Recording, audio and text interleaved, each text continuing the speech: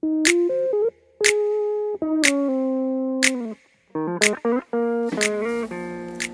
up, my iSavvy peeps? Kiki B here, founder of iSavvy Design, and today I'm going to share the secret to drawing perfectly proportionate pictures. So fair warning, my video kind of cut out at the end because my camera overheated, but that's totally cool because the most important information was definitely recorded. So at the end, I'm just gonna hop back on camera and kind of show you my end result and go over the materials that I used to draw everything. So stay tuned when the tutorial's over. Don't be alarmed if the video cuts out. And once it's over, I'd love to see what you created. And let me know if the grid system worked for you or not. I'd love for you to share your images with me, so tag me at iSavvyDesign on Instagram, or you can email me directly at info@isavvydesign.com. All right, let's get started. So to choose your image, I would just set a timer for maybe 2 to 5 minutes and just go through Google and just select your favorite ones and then just pick from that. Step 2 is to crop your image. You want an even number so that it's easy when you line it up in inches on your rulers to mark your 1-inch marks. Step 3 is to make 1-inch marks on each side of your image. So I'm quickly cleaning my ruler and then I line it up on the first side and mark off each inch.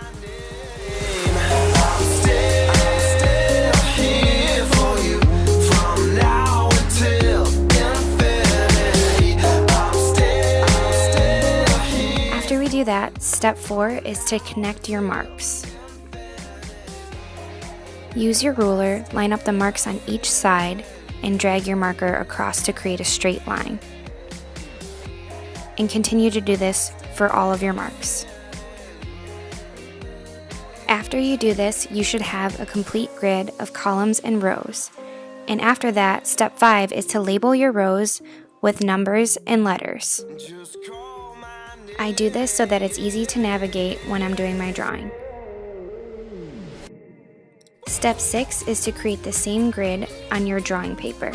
So if you're using watercolor, use watercolor paper. If you're using graphite, use Bristol paper. Or even if you're using canvas paper for a painting, you can do that as well.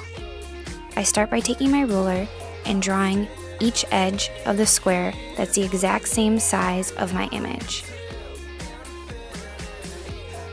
Once you have your square or rectangle drawn out on your paper, use artist tape for clean edges. I put this down so that when we take the tape off, you have nice clean edges after you've created your art piece.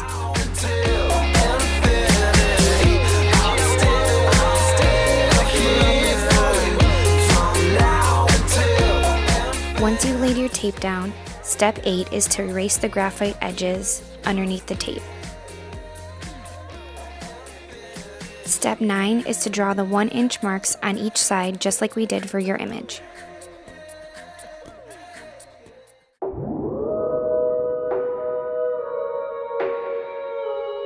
Step 10 is to connect your marks by taking your ruler and dragging your pencil lightly across your paper.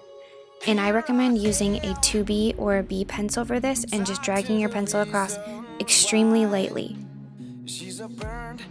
And once that's finished, you have identical grids. And after that, you just want to label it like we did with the previous picture and just do letters and numbers in your rows and your columns. And this is the last step and the most fun, obviously. You want to start drawing. So I'm starting with the topmost leaf, and what I'm doing here is I'm just envisioning that each square is its own little mini canvas. So it's kind of like mapping. So I drew one leaf on the top, and then the little leaf below it, I see it comes down into the other square, kind of in the center. So I'm mapping it and I'm bringing it up, and I can see it crosses over into 4 squares in the corner, and then it comes down toward the middle of another. And then a bigger leaf goes up into the other square, almost touches the corner but doesn't really. And I think that I kind of messed up here, so I'm going to erase it. And I'm going to go back and adjust the actual correct shape of that leaf. So it doesn't go towards the corner so much, it actually curves down and touches the edge of the other square. So that's it. You guys learned how to use the grid system, and I can't wait for you to try it out on your next drawing or painting. So I know the video cut out at the end, and I just want to show you the materials and my end result. So this is my end result. This is the succulent that I drew, and if you kind of compare it to the original image, you can see how proportionate it is thanks to the grid system. So this is the ruler I used. You can use a regular ruler, but I like how this one has a 90-degree angle to draw squares or rectangles. And going into the graphite pencils, I use all different kinds of brands, and like I said, I like to start with a softer pencil so it's easier to erase, although a lot of people suggest using a harder one so that the graphite doesn't really stay on the paper. So a couple brands are Derwent. Derwent's always a great brand, and then I'm not sure if I'm pronouncing this correctly, but Staedtler. Staedtler is a German brand. It's really great as well for graphite pencils. What's going to be a key thing to erase your grid after you've drawn your drawing is this guy right here, this retractable eraser.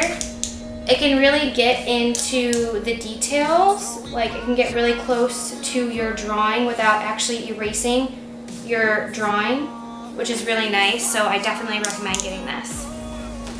And then a kneaded eraser comes like this, but when you take it out of the package, it's kind of like putty. It's a lot of fun to work with.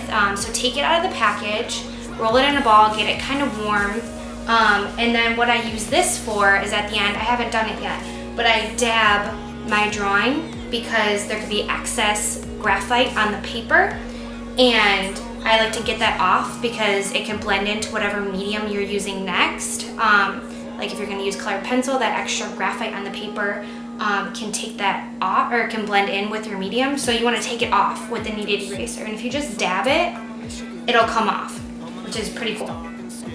So that's that. I can't wait to see what you guys come up with. So like I said, tag me. I want to see how you use the grid system. I want to see if it worked for you. If it didn't work for you, let me know. And the next steps, just tell me more. Like, tell me more about what you guys want to learn. I have a lot of fun stuff coming your way, and I'm gonna create a whole online course for you guys on art and design, but I need to know what you want to learn. So tell me, and I can create a specific module for you guys, or I can do a blog post for you guys. I want to support you guys. I want you guys to become better at art and design. I am totally here for you. So let me know and click the link below. Thanks guys, hope to see you soon.